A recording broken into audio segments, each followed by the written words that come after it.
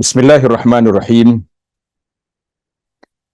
Alhamdulillahi rabbil alamin wa bihi nasta'in ala umurid dunya waddin. Wassalatu wassalamul atammanil akmalan ala al-habibil mustafa wa nabiyyina al-mujtaba nabiyyina wa habibina wa qudwatina Muhammad ibn Abdullah wa ala alihi wa sahbihi wa man walah, amma ba'du. Yang hormati Ustaz Reza selaku moderator ataupun pengacara majlis, semua pimpinan Global Ihsan, pertubuhan untuk kebajikan dan ilmu, muslimin dan muslimat, para pencinta ilmu sekalian, pencinta Al-Quran dan Sunnah. Assalamualaikum warahmatullahi wabarakatuh. Alhamdulillah, syukur kita kepada Allah Azza wa Jalla pada malam ini. Hari ini Jumaat 1 Safar. Kita laju tak laju, baru ni kita dah sambut awal tahun.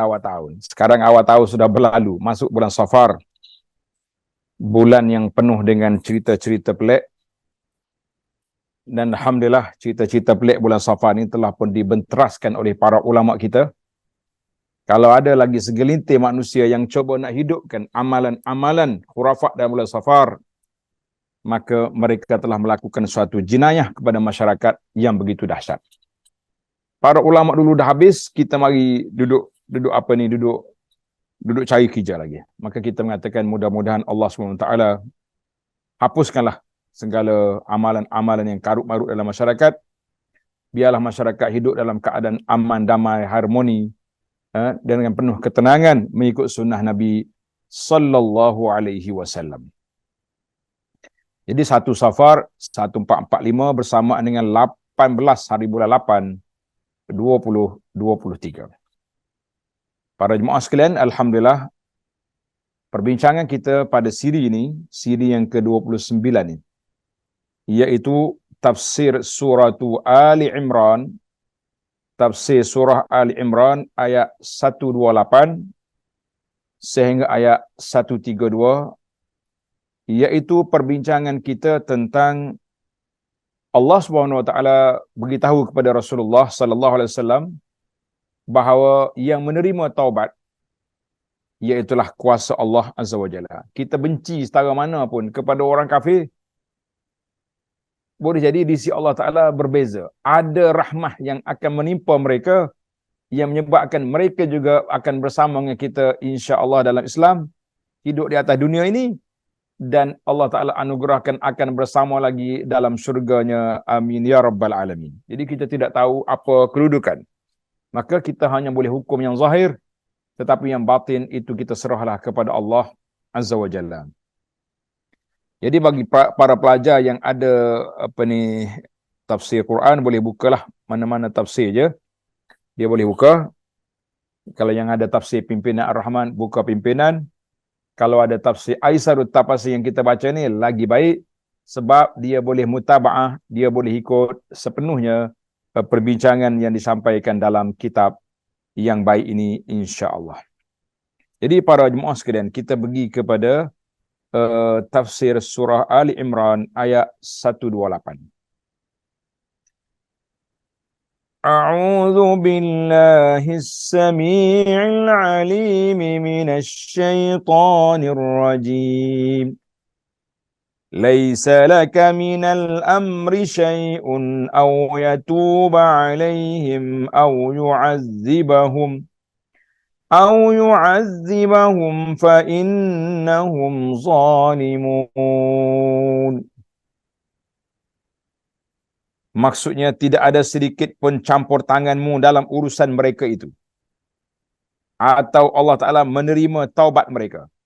Mana Nabi tak suka pun, kita tak boleh nak melebihi daripada kuasa Allah ataupun takdir Allah Azza wa Jalla. Jadi kalau Tuhan kata orang ni akan mati dalam beriman, dia akan masuk Islam, walau macam mana apa yang terjadi sekalipun. Ataupun Allah Ta'ala terima taubat mereka, mereka masuk Islam, dia bertaubat, mereka jadi orang mukmin yang begitu baik. Au yu'azibahum, ataupun Allah Ta'ala azabkan mereka, mana mereka tetap dengan atas kekufuran, mati dalam kafir, fa innahum zalimun, kerana sungguhnya mereka itu orang-orang yang zalim, orang-orang yang zalim. Baik para pelajar sekalian, seperti biasa kita baca kitab Aisarut Tafasir ni, maka kita ikut format dia, iaitu kita baca satu ayat, kemudian kita pergi kepada dia panggil Syarhu Al-Kalimat. Syarhu Al-Kalimat, mana kita belajar satu-satu kalimah yang ada di sini. Jadi tengok, kalimah Al-Amru, Al-Amru yakni urusan. Asy-sya'nu, yang dimaksudkan di sini ialah urusan apakah Allah menerima taubat orang-orang kafir, ataupun Allah Ta'ala nak seksa mereka. Itu kuasa Allah Azza wa Jalla, bukan di bawah kuasa kita. Jadi kalau Allah Ta'ala terima taubat dia, alhamdulillah, mereka jadi orang beriman. Ramai di kalangan penglima-penglima Quraisy yang handal-handal, yang telah memerangi umat Islam begitu dahsyat, seperti Sayyiduna Khalid ibn Walid radhiyallahu anhu wa an jami'is sahabah. Bila Khalid ni masuk Islam selepas perjanjian Hudaybiyah, bermakna hampir 20 tahun dia lawan Islam. Abu Sufyan radhiyallahu anhu masuk Islam pada tahun pembukaan kota Mekah, maknanya 20 tahun dia lawan Islam. Akhirnya dia masuk Islam. Dan ada yang Allah Ta'ala putuskan mereka mati dengan kafir, maka Allah Ta'ala akan seksa mereka. Ini semua di bawah kuasa Allah Azza wa Jalla, bukan kuasa Nabi sallallahu alaihi wasallam. Kalimah syai'un, sebuah kata benda nakirah. Ni bahasa Arab dia ada dua. Satu dia panggil kalimah nakirah, satu lagi kalimah ma'rifah. Nakirah, ma'rifah. Nakirah dan ma'rifah. Nakirah yang sangat jauh dalam memberi makna waham, makna dugaan. Dia kata, wa aslu syai', maka asal dari kata syai'an adalah sesuatu yang diketahui dan diberitahukan. Itu dia panggil dari sudut kalimah mufradat. Laisa laka minal amri syai'. Bukan urusan awak ni dalam masalah ni. Au. Dalam kalimah ini Allah Ta'ala guna dua kali au. Au yatuba alaihim, au yu'azibahum. Au di sini dalam ayat ini bermakna seperti kata hatta. Au, sepatutnya kalau kita ambil kalimah au dengan makna atau. Dengan makna atau. Tetapi kalimah ini dengan makna hatta. Au bimakna hatta. Au bimakna hatta yang artinya sehingga. Sehingga Allah Ta'ala terima taubat mereka. Ataupun Allah Ta'ala putuskan untuk mengazab mereka. Sampai jadi maksud ayat ini adalah hendaknya kamu bersabar sehingga Allah Ta'ala memberi mereka taubat atau menyeksa mereka. Jadi kita tak boleh nak putuskan. Kalau dia lawan, kita lawan. Kalau dia dah baik, kita baik. Lawan, kita lawan. Kalau dia baik, baik. Itu kalimah, 3 kalimah dalam ayat 128. Kita pergi kepada ayat 129. Walillahi ma fis samawati wa ma fil ardh. Yaghfiru liman yasha'u wa yu'azzibu man yasha'u. Wallahu ghafurur rahim. Kepunyaan Allah lah apa yang ada di langit dan yang ada di bumi. Jadi Allah SWT ni bukan sahaja berkuasa ke atas manusia je. Allah nak bagi tahu kepada kita, langit dengan bumi pun aku punya, di bawah kuasa aku. Langit dengan bumi pun bawah kuasa aku, di bawah milik kekuasaan Allah Azza wa Jalla. Jadi kalau setakat manusia yang kecil, manusia yang orang panggil kerdil ni, apa sangatlah duduk di bawah kuasa Allah Azza wa Jalla, nak banding dengan langit dengan bumi yang begitu besar.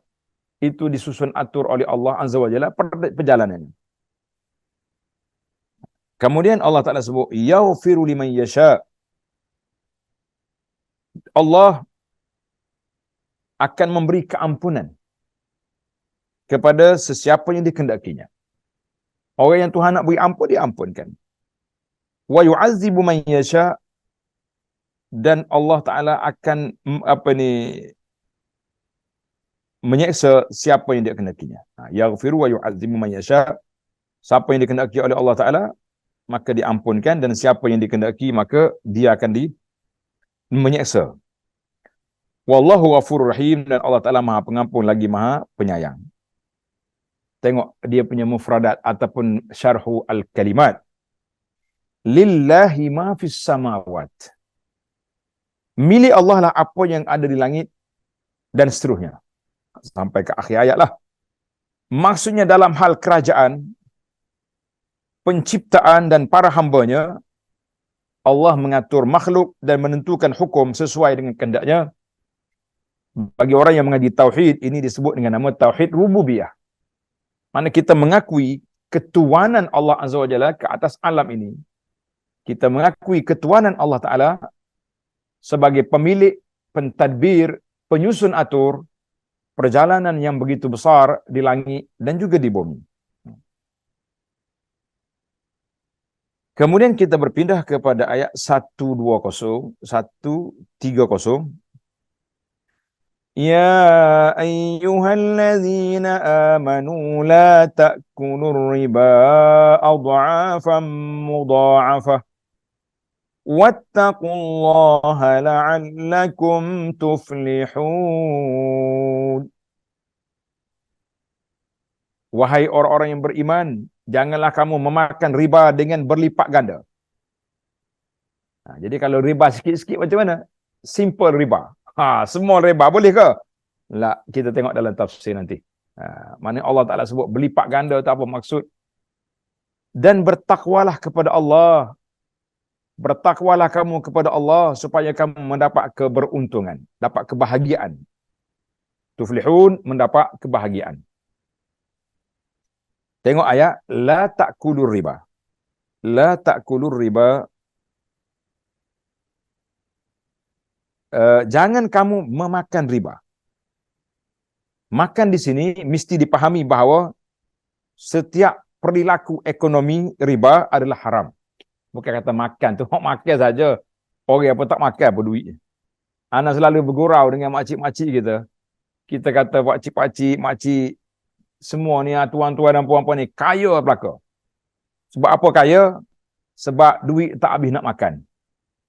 Mula-mula dia pening juga. Mana habis? Tak habis, tak cukup. Saya kata tak habis nak makan duit. Akhirnya mereka faham bahawa duit memang orang tak makan. Mana ada orang makan duit? Nah, ambil duit RM5 kunyah. Berasa nak kenyang hak RM100. Ada. Jadi duit maknanya Allah Taala buat di sini tak kulu, maknanya makan, maknanya menggunakannya, mengambil riba itu dikira makan riba. Makan riba ni bukan semesti makan macam makan nasi. Jadi kita faham di situ. Sama ada dengan memakan sungguh, hasil itu kita beli makanan atau meminum atau memakai atau mengerjakannya. Semua sekali termasuklah penggunaan duit riba haram penggunaannya dalam semua perkara. Ana jumpa orang yang baru insaf. Jadi dia kata duit ni tak boleh makan. Allah Ta'ala sebut la ta'kulur riba. Ni duit riba ni. Habis dia guna apa?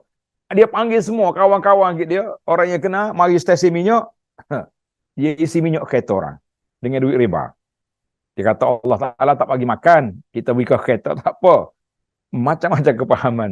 Kita kata, bukan lagu tu. Maknanya tidak boleh digunakan benda tu. Tak kira lah beli kain baju ke, isi minyak kereta ke, termasuklah. Cuma dia kata ini dia faham secara zahir, bila kata makan je tak boleh. Hak lain boleh. Habis kalau faham macam ni bahaya. Kan dalam Al-Quran Tuhan kata walahma khinzir, daging babi haram. Habis yang lain-lain, lemak dia, tulang dia, apa kita kata tak. Jadi kita kena faham secara keseluruhan lah. Makan tu maknanya biasalah manusia ni dia guna istilah makan. Cuba kita interview orang yang tak sempat pergi masjid. Kenapa pakcik tak pergi masjid? Oh, sibuk. Sibuk dengan apa? Cari makan. Dia tak cari makan, dia pergi menoreh. dia pergi ke laut, dia pergi ke mana-mana tempat yang dia pergi, bukan yang pergi makan je, tapi istilah dia cari makan. Maknanya kita faham ayat Quran ini, la ta'kulu, makan maknanya menggunakan. Ar-riba, jadi Allah Ta'ala sebut di sini ar-riba. Ar-riba, apa makna ar-riba? Ar-riba dari sudut bahasa dengan makna tambahan. Ar-riba dengan makna az-ziyadah, bertambah satu benda. Benda yang 10 jadi 20, itu makna riba, tambah. Ada kata subuh ziyadah. Dan secara istilah syar'i, definisi mengikut syaraknya riba itu apa? Riba ada dua kategori. Ada dua macam. Yang pertama ribal fadli. Ribal fadli. Yang kedua riba an-nasi'ah. Ribal fadli dan riba an-nasi'ah. Dua jenis riba ni yang masyhur. Jadi apa dia ribal fadli dan riba nasi'ah? Tengok dalam kitab kita tu. Ribal fadli berlaku pada emas, perak, gandum, dia panggil bur, syair, bali, kurma dan garam. Nabi kita sebut item ribawi ni ada 6 kategori. Jika jenis-jenis makanan tersebut ditukar dengan sejenisnya, maka tidak boleh ada kelebihan. Tak boleh berbeza timbangan. Dan tidak boleh menunda pembayarannya, pertukarnya tak boleh tunda. Itu dia panggil riba al-fadli. Maknanya tak boleh lebih daripada sukatan-sukatan. Mana kalau kita beli sekilo beras ni, sama dengan sekilo beras lain. Tak boleh kata yang ni 3 kilo, ini sekilo. Walaupun berbeza dari sudut kualiti dan juga harga dia berbeza, kita tak boleh bezakan di sini. Tak boleh nak bezakan di sini. Sedangkan bentuk riba an-nasi'ah, riba tertangguh dipanggil, riba ad-duyun, riba hutang. Seperti jika seorang berhutang dengan jangka waktu tertentu, dia buta nak bayar, buta bulan 1, bayar bulan 10, kita kata contoh. Ketika sudah jatuh tempoh, mana sampai tempoh bulan 10, sedangkan dia belum dapat membayarnya, maka dia mengatakan, tolong tangguhkan pembayaran hutangku dan aku tambahkan hutang. Itu dia panggil, oleh kerana awak tak boleh bayar pada tarikh yang ditetapkan, maka kita kena tambah dia punya hutang. Daripada 2,000 jadi 2,500. Tambah lagi setahun ataupun 6 bulan. Itu dia panggil riba an-nasi'ah. Riba an-nasi'ah. Jadi macam mana riba an-nasi'ah ni kita nak faham? Jadi para pelajar tengok ni nota kaki kitab kita ni ada perbahasan dia. Dia kata riba yang berlaku di bank-bank konvensional sekarang ini jauh lebih buruk daripada praktik riba jahiliah. Riba jahiliah tu riba hutang tadilah. Iaitu ketika seorang menjual sesuatu kepada saudaranya dengan tempoh waktu tertentu, lalu ketika sampai tempoh ia belum boleh membayar, maka si penghutang mengatakan, kalau begitu tempohnya dan tambah pembayarannya. Kalau mu tak boleh bayar, mu tambah lagi dia punya kadar hutang tadi. Daripada 5,000 jadi 6,000 atau 5,500 contohnya. Adapun praktik riba pada bank-bank sekarang, ini pandangan Tuan Syekh kita lah, rahimahullah, adalah seorang diberi pinjaman wang dan ia mesti bayar dalam tempoh tertentu dengan bunga langsung yang mudah ditentukan di muka dan dicatat di bukunya. Maksudnya kalau zaman dulu, riba an-nasi'ah zaman jahiliah dulu, dia kata, kalau tak mampu bayar baru naik. Zaman kita hari ni, awak nak hutang berapa? 100,000. Nak bayar dalam masa berapa tahun? Sekian-sekian tahun. Maka riba tu naik selalu dah. Awak kena bayar 120,000 untuk masa 7 tahun, untuk masa 9 tahun. Contohnya, pada itulah gambaran Tuan Syekh kita rahimahullah ta'ala, dia kata riba sekarang lebih teruk daripada riba puak-puak jahiliah lagi. Kita kata banyaklah sistem-sistem yang ada hari ni sukar untuk kita nak hurai dalam tafsir ayat yang pendek ni, yang ringkas ni. Jadi saya ni nak tak hurai secara detail maksud riba dan juga jenis-jenisnya secara terperinci. Cuma kita tahulah riba al-fadli dengan riba an-nasi'ah itu dari sudut item ribawi dan juga dari sudut tempoh penangguhan bayaran itu. Tengok kalimah adha'afan mudha'afah. Adha'afan mudha'afah. Apa maksud adha'afan mudha'afah? Ha.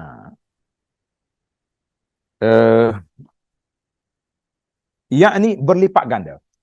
Adha'af mudha'afah. Yakni berlipat ganda. Berganda dan gandaan lagi. Mana kita dalam bahasa Malaysia kita berlipat ganda dia panggil. Berlipat ganda kan? Lipat ganda. Kalimah berlipat ganda ini tidak dipahami secara zahirnya.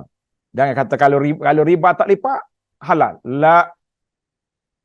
Kerana 1 dirham riba sama haramnya dengan 1000 dirham. Orang ni ambil 1 dirham, orang ni ambil 1000, sama ya. Orang ni RM1, orang ni ambil RM10, sama-sama riba belaka. Riba ini biasa berlaku pada zaman pada zaman jahiliah dulu, di mana mereka menangguhkan pembayaran hutang dan memberi tambahan sebagai hasil daripada penangguhan itu. Penundaan bayaran kena bayar tempoh dia. Sehingga hutang pun menjadi berlipat-lipat ganda. Itu maksudnya adha'afan mudha'afah. Mu tangguh naik lagi. Jadi kita kata inilah yang kita bimbang hari ini. Riba-riba seperti ini berlaku di tempat yang kita tak nak pindah daripada sistem keuangan yang patuh syariah kepada sistem keuangan yang konvensional, yang masih lagi mengamalkan sistem riba. Kono-kononya masyarakat ni kata sama je. Hak ni cuma dia panggil tukar warna baju ya. Benda sama. Kita kata no. Tidak sama ya akhi. Macam boleh sama, yang ni ada panel syariah yang meluluskan. Yang satu lagi itu memang tak ada panel syariah, yang adanya panel macam mana nak naikkan, mengauk keuntungan sebanyak yang mungkin. Jadi ini di antara. Kalau tuan-tuan nak faham lagi dalam masalah muamalah, masalah apa ni, saya syorkan supaya kita pergi kepada anak mengajar kitab nama dia Fiqh Manhaji. Fiqh Manhaji ni ada 8 jilid terjemahan dia. Salah satu daripada jilid bab muamalat tu memang panjang, dia bincang tentang riba. Beberapa siri kuliah yang kita sampaikan. Jadi para jemaah boleh pergi ke YouTube Halaqah Abu Anas Madani. Alhamdulillah, saya syukur kepada Allah SWT kerana tim media Darut Taibah yang kita tubuhkan ini, mereka susun elok setiap kitab daripada muka surat 1 sampai ke akhir kitab. Tersusun. Alhamdulillah. Cuma adalah beberapa tempat yang mungkin kehilangan atau sebagainya. Tapi kalau orang nak belajar sungguh, ada. Nak belajar sungguh, ada je kitab. Saya khatam dah kitab ini beberapa tahun kuliah. Daripada jilid yang pertama sampai jilid yang ke-8. Kita kata walillahil hamdu wal minnah. Allah Ta'ala, kita puji Allah di atas anugerah nikmat menyebarkan ilmu ini. Mudah-mudahan ini menjadi bekalan kepada kita di akhirat apabila kita sudah berpindah ke alam barzakh dan juga berpindah ke alam akhirat nanti. Amin ya rabbal alamin. Baik, akhir ayat ini Allah kata la'allakum tuflihun. Bila kamu tinggalkan riba, mudah-mudahan kamu mendapat kemenangan. Tuflihun, kalimah kalian selamat dari azab dan beruntung dengan mendapatkan kenikmatan yang abadi di dalam syurga. Jadi kebahagiaan yang hakiki, kebahagiaan yang abadi bagi seorang hamba Allah Ta'ala itu, iaitulah apabila kita masuk dalam syurga nanti. Itulah yang dikatakan oleh ulama salafus salih. Contohnya dinukilkan daripada kata-kata Imam Ahmad ataupun Imam Salah yang lain. Anak murid tanya, Tuan Syekh, Tuan Guru, bilakah kita nak berehat? Bilakah kita nak rehat? Ada setengah ulama jawab, apabila iza kana siratu khalfana, apabila titian sirat sudah berada di belakang kita. Mana confirm kita dah melintasi sirat, berada di jalan menuju ke syurga. Itu dia panggil rehat yang pertama, langkah yang pertama. Rehat yang kedua, apabila kita sudah memijakkan kaki ke dalam syurga, Allahumma ja'alna min ahlil jannah.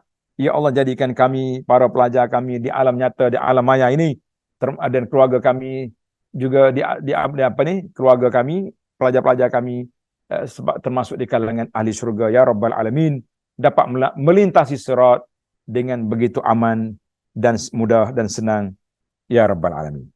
Baik, kita pergi kepada akhir ayat. Ayat yang terakhir, belum akhir lagi. Ayat yang ke-131. wattaqun narallati uiddat lil kafirin. Dan peliharalah diri kamu dari api neraka yang disediakan untuk orang-orang yang kafir. Jadi neraka ni pada asalnya disediakan untuk orang kafir dan ditumpangi oleh orang yang beriman tapi melakukan maksiat, wal iyazbillah.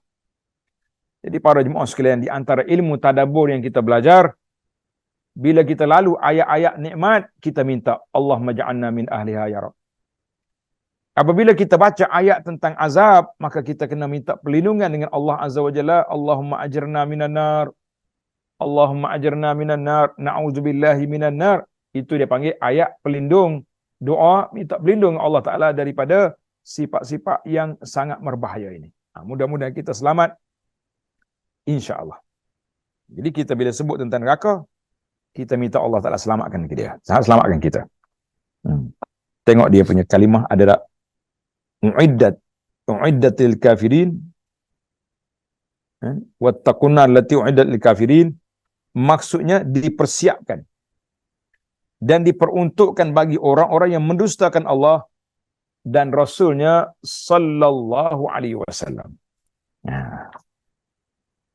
Kemudian akhir ayat 32, wa ati'ullaha war rasula la'allakum turhamun.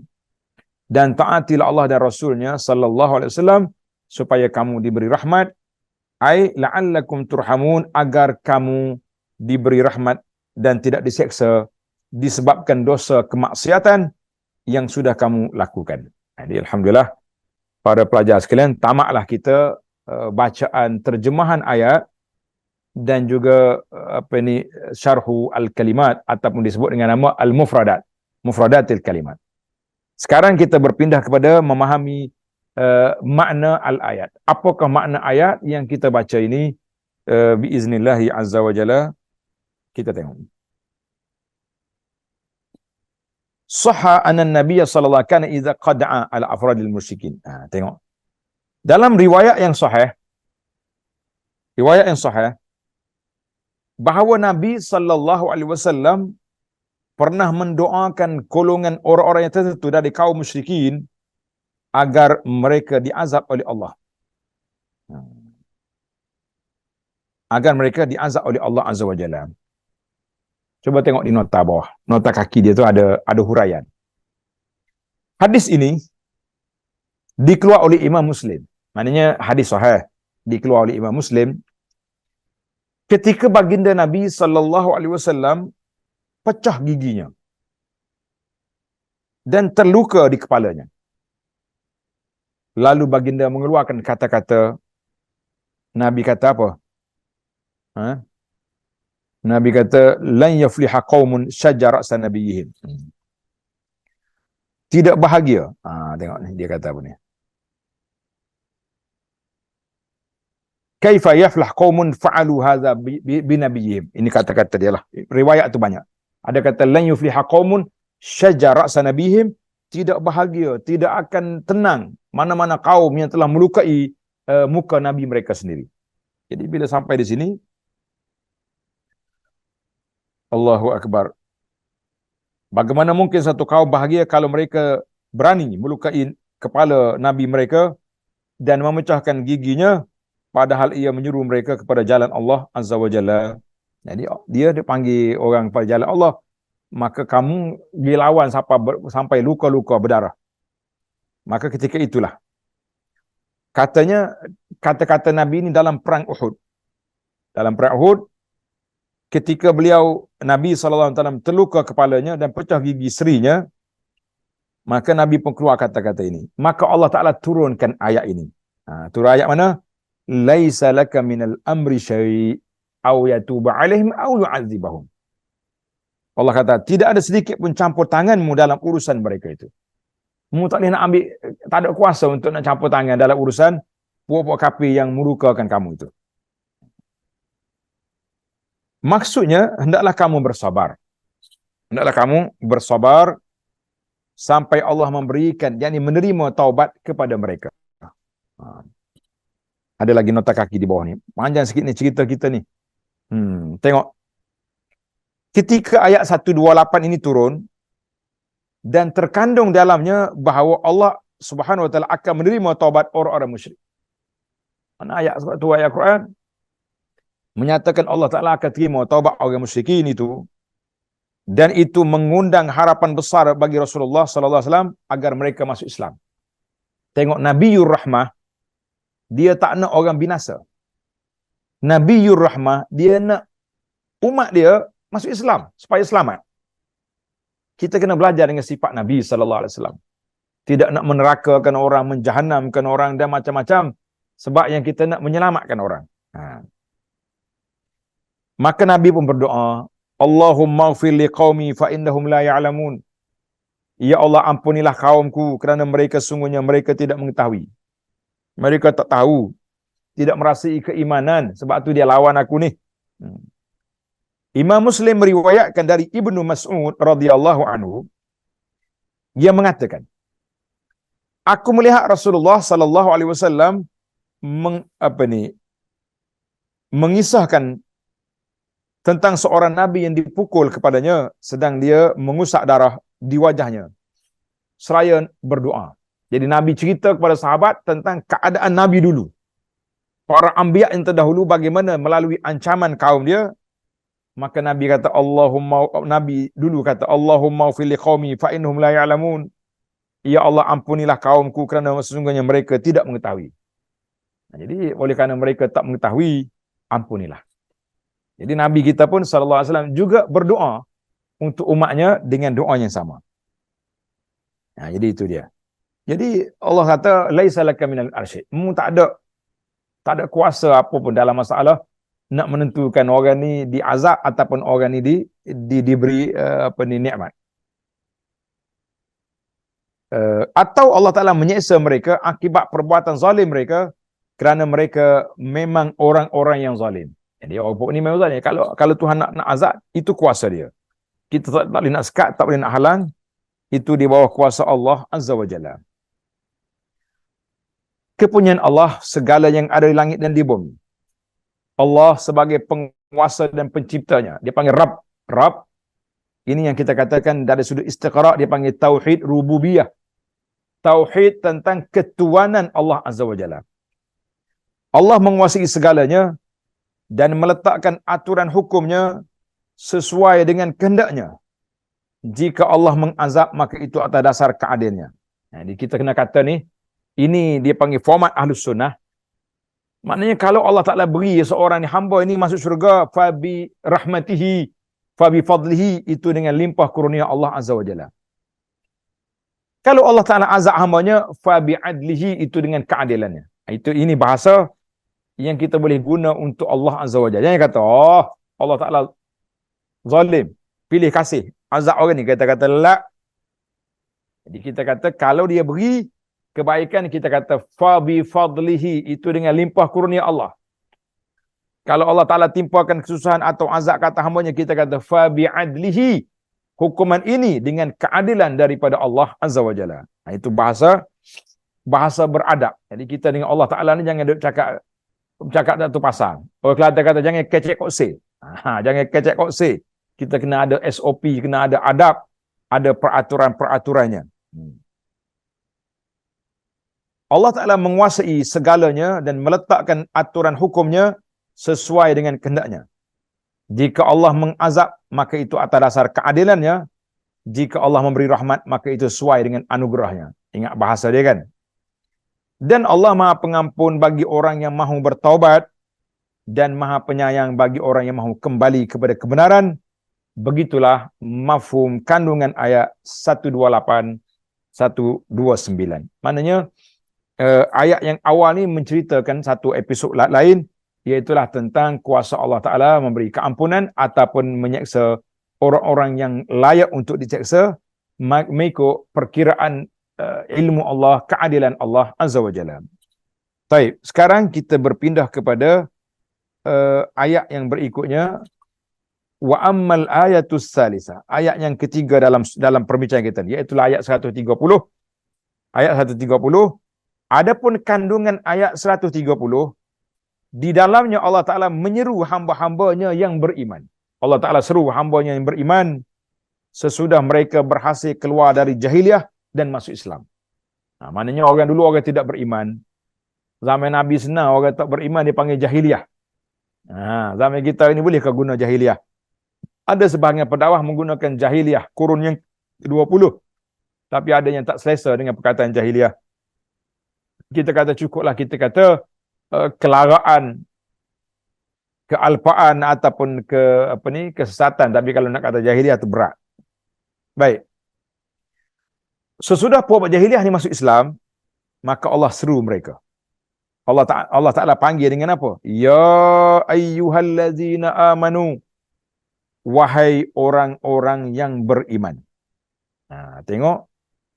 Pasal itulah kata sahabat, kata silap saya Ibnu Mas'ud radhiyallahu anhu, dia kata, apabila kamu dengar Allah Ta'ala sebut ya ayyuhallazina amanu, maka buka telinga kamu, celik mata kamu, lapangkan dada kamu, sebab bila Tuhan panggil ya ayyuhallazina amanu, di sana akan terdapatnya arahan daripada Allah ataupun larangan yang akan disampaikan. Arahan ataupun larangan itu di bawah ilmu Allah Azza wa Jalla. Maka Allah kata, dia panggil orang Islam, bi an yatruku, hendaklah mereka meninggalkan amalan riba. Dia panggil meninggalkan hasil riba dan setiap transaksi yang berkait dengan riba. Wa kullu ta'amul, maknanya semua interaksi kita, transaksi kita yang berkait dengan riba, tinggalkan. Kalau kamu beriman. Lepas itu ada ayat lain, in kuntum mu'minin, kalau kamu beriman. Kalau kamu tak beriman, kamu akan kerah kepala gitulah. Tengok dalam ayat ni, Allah kata, kemudian Allah Ta'ala panggil kita, ya ayyuhallazina amun, wahai yang beriman, yang beriman kepada Allah sebagai Tuhan, Islam sebagai agama, dan Nabi Muhammad SAW sebagai Rasulnya.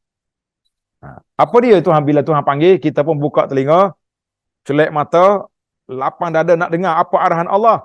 Maka Allah Ta'ala bagi arahan dalam ayat ini, la ta'kulur riba adha'afan mudha'afah.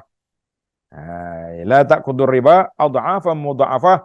Jangan kamu makan riba dengan berlipat ganda. Apa dia maksud lipat ganda ni? Maknanya kalau riba tak berlipat, tak berganda okey ke? Jangan main. Dia punya istilah tu.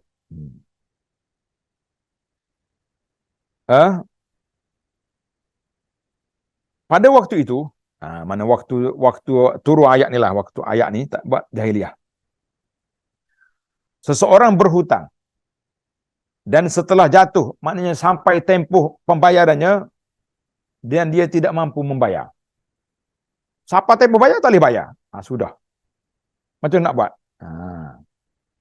Maka dia akan pergi bertemu dengan tuan hutang. Orang dulu pergi jumpa tuan. Zaman kita hari ni kalau tak boleh bayar, sekali dengan tua dia boikot. Nombor telefon tua kena blok. Alamat bertukar. Cari tak jumpa. Kalau kita tengok perangan ni, lebih teruk penghutang zaman kita daripada zaman jahiliah. Jahiliah dulu, pergi cari tuan. Kita tak kata jahiliah zaman kita ni. Orang buta zaman kita ni, sekali dengan tua hutang dia blok. La haula wala quwata illa billah. Dia jumpa tua hutang dia mengatakan, tolong tundalah aku dan tambahkan atas hutangku. Dia kata, akhir daini wazid alaya. Akhir daini wazid alaya. Tambah masa tempoh, tambahlah lagi dia punya, panjangkan tempoh, tambahlah lagi dia punya kadar. Itu dia panggil mainan jahiliah. Dia panggil riba an-nasi'ah. Sebab bertangguh, jadi dia naik dia punya kadar, dia punya riba.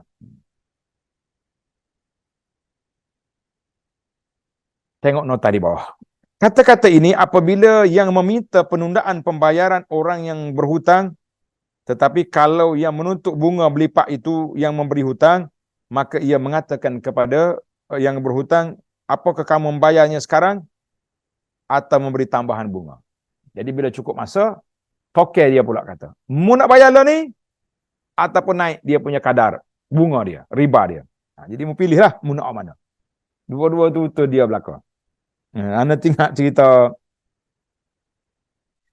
cerita mendiang Abu apa nama ni? Pak darah Nabi, Abu Lahab. Mendiang Abu Lahab ni sewaktu Abu Jahal kerah toke-toke Quraisy Mekah yang ada kepentingannya dalam barang-barang dagangan perniagaan yang dibawa oleh Abu Sufyan pada masa itu, mari kita pergi ke Badar. Kita keluar, pergi cari pergi selamatkan barang kita. Si Abu Lahab, dia telah menggunakan sistem ahlung sampai kita hari ni. Sampai kita hari ni orang panggil sistem ahlung. Dia pergi cari orang buta dengan dia. Mau boleh bayar hutang? Tak boleh. Ikut Abu Jahal ganti aku. Dia panggil sistem ugut ni tidak sistem ahlung ke zaman kita lah ni. Orang panggil ahlung ada tak? Ahlung. Jadi ada ahlung di situ. La haula wala quwata illa billah.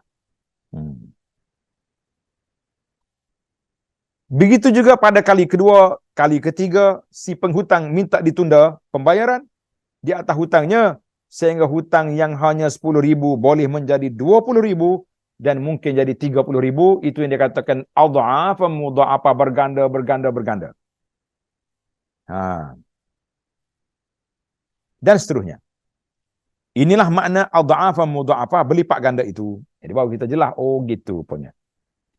Kemudian Allah Ta'ala memerintahkan orang-orang yang beriman agar bertakwa kepada Allah, dan Allah menjanjikan kebahagiaan dan keberuntungan bagi mereka. Allah Ta'ala Azza wa Jalla berfirman, dan bertakwalah kepada Allah supaya kamu mendapat keuntungan.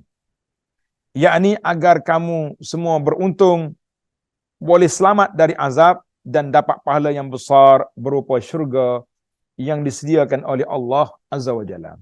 Jadi ini ayat-ayat ini sangat ringkaslah dalam dalam perbincangan kita ni. Nanti kalau kita tengok dalam tafsir ayatul ahkam dalam bab riba, panjanglah. Selanjutnya pada ayat 131, Allah SWT memerintahkan mereka agar berwaspada terhadap neraka yang sudah disiapkan oleh Allah untuk orang kafir. Bentuk kewaspadaan itu diwujudkan dengan ketaatan kepada Allah dan kepada Rasulnya sallallahu alaihi wasallam. Itu dipanggil takwa. Apa makna takwa? Takwa ni mana wikayah, kita buat sempadan, buat tembok pemisah di antara kita dengan neraka. Apakah tembok itu? Dia telah melakukan segala suruhan Allah dan menjauhi larangan, berpegang dengan sunnah Nabi sallallahu alaihi wasallam, jangan mereka-reka bid'ah yang dilarang oleh Nabi sallallahu alaihi wasallam. Maka orang ni orang yang layak dikira orang yang bertakwa kepada Allah Azza wa Jalla. Bentuk kewaspadaan itu diwujudkan dengan ketaatan kepada Allah dan ikut sunnah Rasulullah sallallahu alaihi wasallam. Maka Allah Taala berfirman dalam ayat, Allah kata wattaqun naral lati uiddat lil kafirin, dan peliharalah diri kamu dari api neraka yang disediakan kepada orang-orang yang kafir. Tengok nota di bawah. Pada ayat ini terdapat isyarat yang jelas. Orang yang berpendapat bahawa riba adalah halal, maka dia menjadi kafir. Disebabkan kata-kata itu, dan dia akan diazab dalam neraka. Dia kata mustahil. Dia ada dua di sini, kita kena faham. Orang yang tak kata riba itu halal, cuma dia ambil riba, orang ini tidak kafir, bahkan dia berdosa. Yang bahayanya menghalalkan riba. Dia kata tak ada riba ni halal belaka. Ni ada setengah tok syekh ni, bagi dia tak ada riba. Duit-duit kertas ni tak ada apa-apa. Kita kata ini bahayalah. Jangan pula awak kata dia kafir, jangan. Kita kena kata mana orang yang menghalalkan riba yang diharamkan oleh Allah, maka orang itu kufur. Tapi orang-orang yang jangan letak atas kepala seorang-seorang, jangan. Orang-orang kafir yang dimaksudkan di sini adalah orang yang mendustakan Allah dan Rasulnya sallallahu alaihi wasallam, sehingga mereka tidak mahu berusaha untuk mentaatinya, kerana sikap mendustakan itulah yang menjadi penghalang bagi ketaatan. Bila dia dusta, dia tak percaya, maka dia tak taat. Kita yang kita taat ni sebab apa? Sebab kita yakin, kita percaya ada Allah, kita percaya kita akan dihisab nanti, akan dihitung di hadapan Allah Azza wa Jalla. Maka dengan sebab itu kita percaya, barulah kita taat. Kalau tidak, tak jadi. Macam mana boleh orang taat benda dia tak tahu? Ha. Sebab itulah bahaya bila kita pergi cari bomoh-bomoh, duk pakai apa ni, tangkal azimat tu. Saya tak percaya. Kalau tak percaya, buat apa gantung di lengan, di tengkok tu? Buat apa gantung? Kalau tak percaya, tak payah kalau gantung. Okay, percayalah tu jadi gitu. Itu maksud dia. Baik. Pada ayat 132, Allah Ta'ala memerintahkan orang-orang yang beriman agar mereka taat kepadanya dan taat kepada Rasulnya sallallahu alaihi wasallam, dan Allah menjanjikan bagi mereka dengan rahmat di dunia dan juga di akhirat nanti. Jadi siapa dia taat, itulah orang-orang yang bahagia, orang yang akan mendapat keampunan Allah Azza wa Jalla. Seakan-akan dalam ayat ini Allah menyindir mereka yang derhaka kepada Rasulullah sallallahu alaihi wasallam dalam peperangan Uhud. Apa dia pula dikatanya? Tengok nota di bawah. Dikata atas dasar ini, maka ayat yang menerangkan haramnya riba ini adalah mu'taridah. Mu'taridah dipanggil ayat selingan di antara ayat lain. Kan dalam siri lepas kita bincang tentang peperangan Uhud.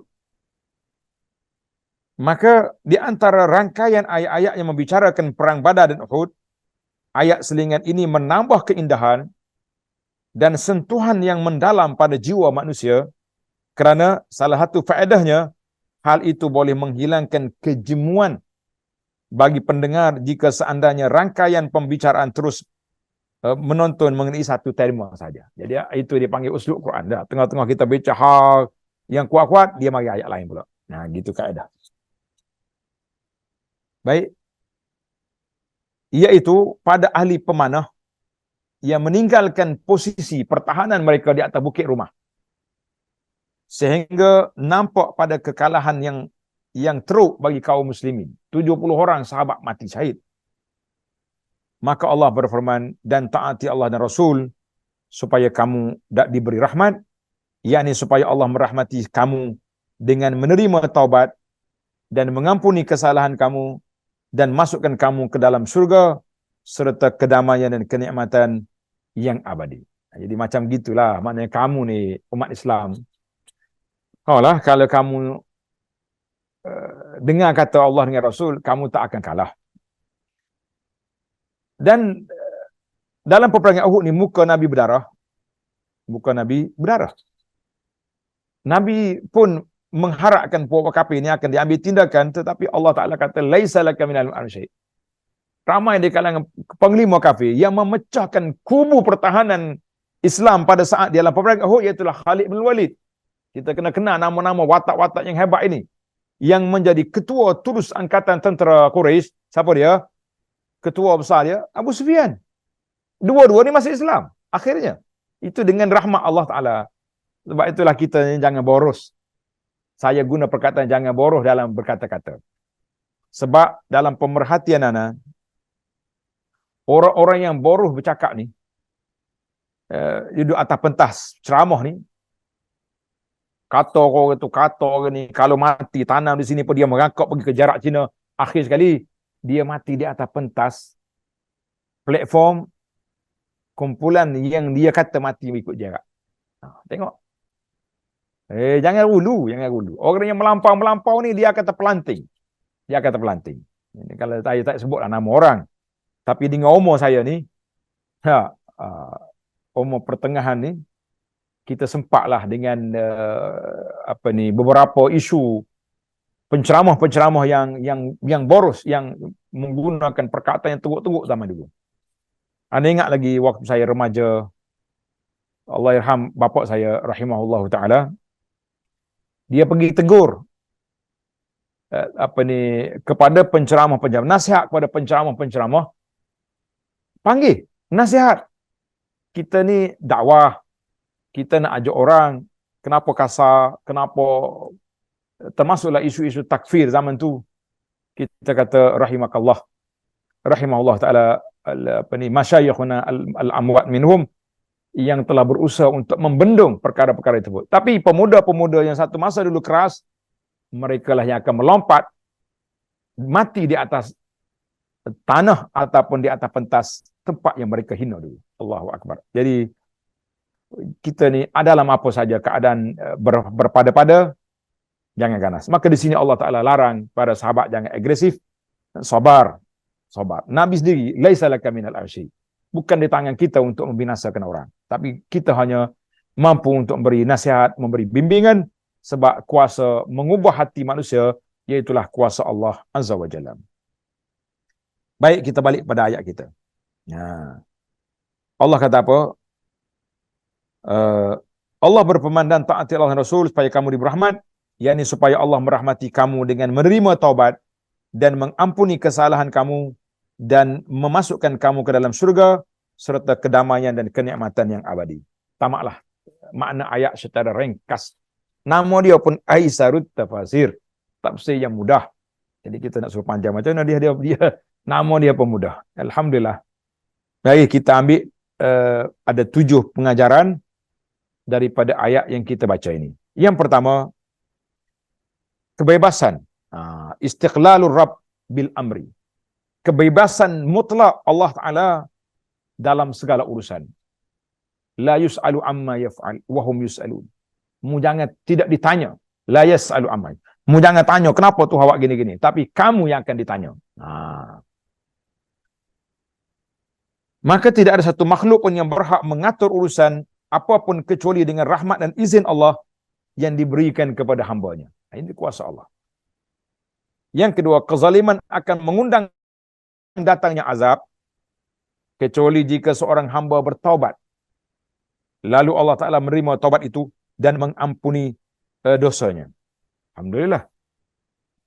Yang ketiga, haram bermuamalah dengan riba yang berlipat ganda ataupun tak lipat ganda, asalkan dia tu sistem riba, maka haramlah dia. Macam mana kita nak beri kesedaran pada masyarakat? Pihak bank telah menyediakan yang halal, yang patuh syariah. Dari sini muamalah dia kata serupa belaka. KWSP buka kaunter syariah, sama je. Bahkan dia kata rugi pula sebab bonus yang tidak halal lebih banyak daripada yang halal. Kita kata subhanallah. Banyak lagi lah. Banyak lagi yang mengharapkan pihak kerajaan, tak kiralah kerajaan madani ke kerajaan apa, biar adalah di kalangan mereka orang-orang yang cakna dengan beberapa institusi keuangan yang melibatkan umat Islam seperti SOKSO ataupun apa dia panggil SOKSO ni, bayaran pekerja ni. Masih lagi belum ada patuh syariah. Saya sudah berjumpa dengan pegawai-pegawai, dia minta taklimat untuk nak bayar untuk ustaz-ustaz kita sini, tapi dia kata kami belum patuh syariah. KWSP dah patuh. Ada kaunter patuh syariah. Yang ni belum lagi. Usaha. Yang ada kedudukan dalam kerajaan mana sekalipun, kita bertanggungjawab di hadapan Allah Azza wa Jalla kalau kita tidak usahakan untuk menyelamatkan ekonomi, menyelamatkan umat ini daripada terjebak dengan riba yang dilaknat oleh Allah Azza wa Jalla yang cukup berat ini. Yang keempat, penjelasan tentang riba jahiliyah, iaitu riba yang dilarang oleh Allah dengan firman-Nya, wahai orang beriman, janganlah kamu makan riba dengan berlipat ganda dan bertakwalah kepada Allah supaya kamu mendapat keuntungan. Surah Ali Imran ayat yang 130 yang kita baca ini.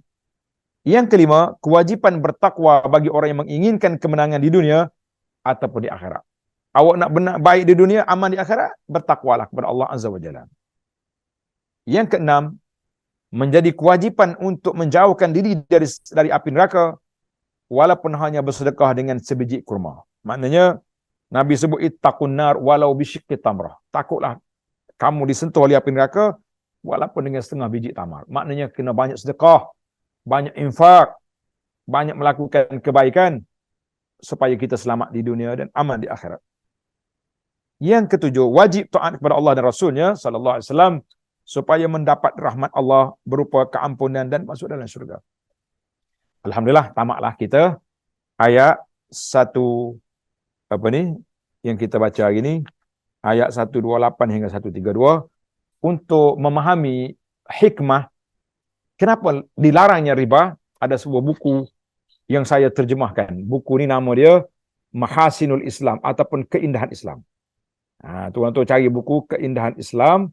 Dalam buku ini ana dah terjemahkan buku ni yang begitu baik, dan kita ada dalam dia ada satu bab tentang bab larangan. Apakah hikmah Allah Ta'ala larang sistem riba ni? Kenapa?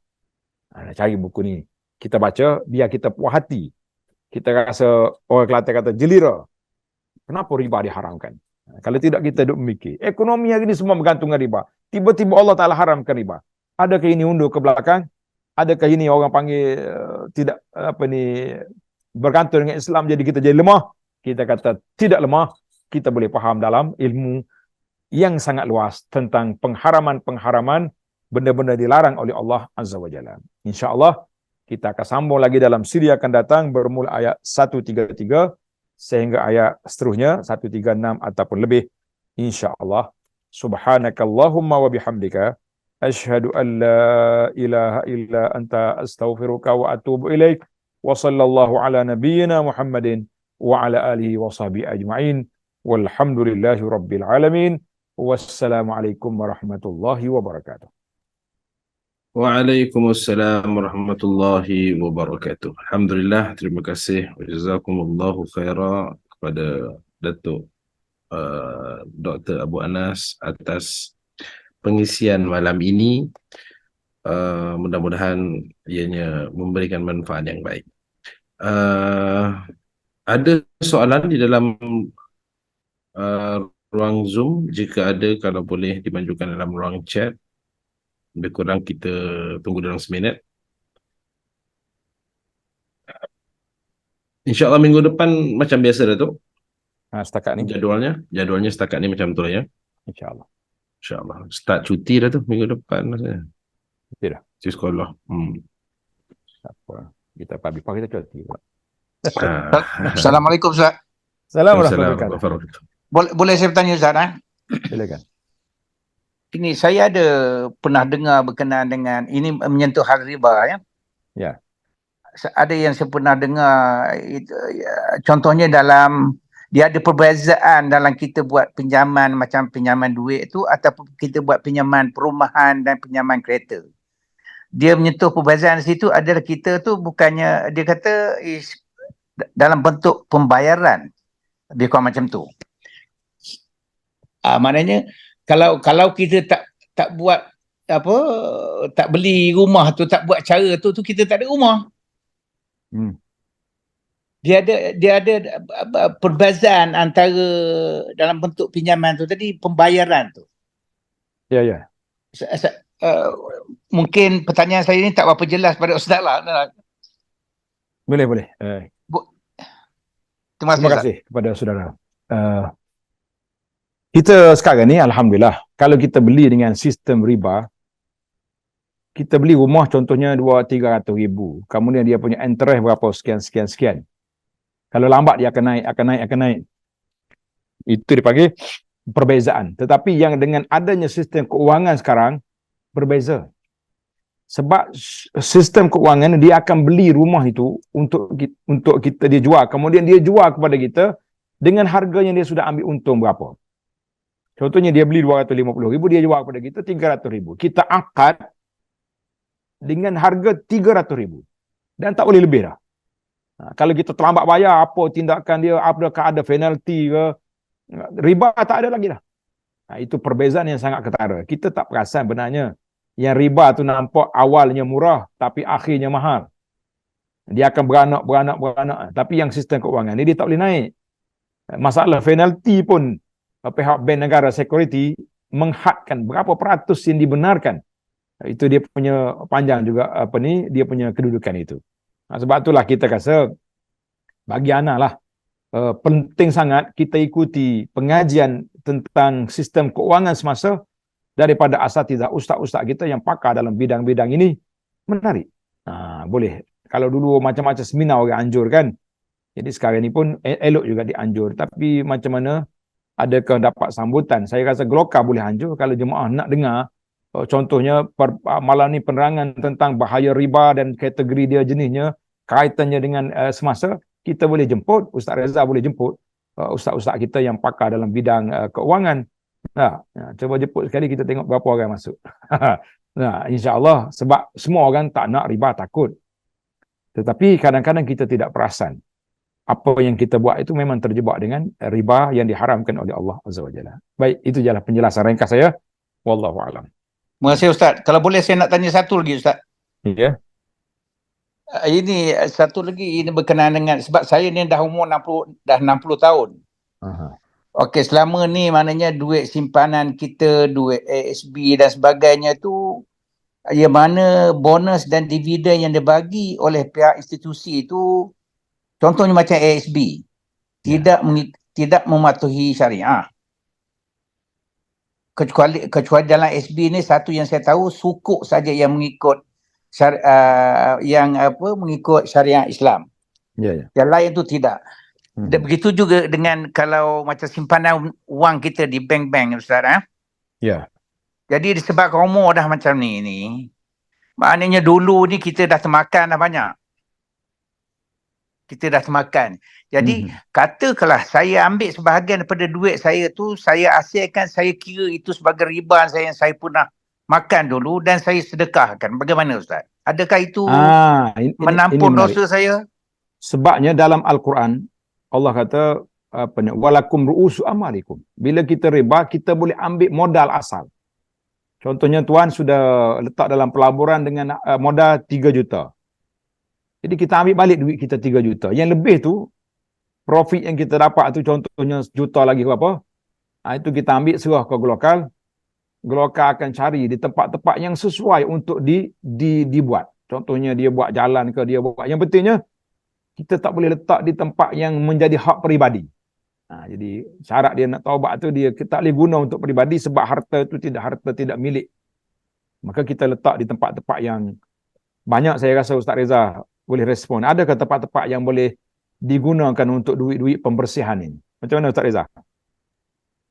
Ya Dato', setakat ni memang banyak channel-channel yang kita boleh channelkan, dan pun memang banyak juga orang yang berhubung untuk dipanggil istilah wang haram dipanggil kan.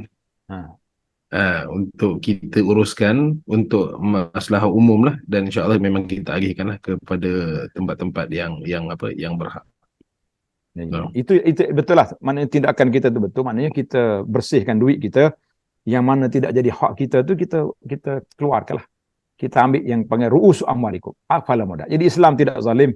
Kalau kita dah taubat daripada riba, kepala modal dia kita boleh ambil. Yang lebih tu bukan. Wallahu a'lam. Itulah secara ringkasnya. Terima kasih Ustaz. Jadi sama. Assalamualaikum warahmatullahi wabarakatuh. Waalaikumsalam warahmatullahi wabarakatuh. Assalamualaikum warahmatullahi wabarakatuh. Ada soalan seterusnya dalam ruang chat Zoom secara bertulis ataupun nak di-onkan mikrofon juga okey. Tak senang juga nak bertanya terus kepada Datuk ataupun nak bertanya pada minggu depan pun boleh juga.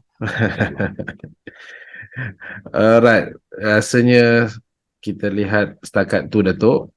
Ya. InsyaAllah kita berjumpa pada pengajian yang akan datang.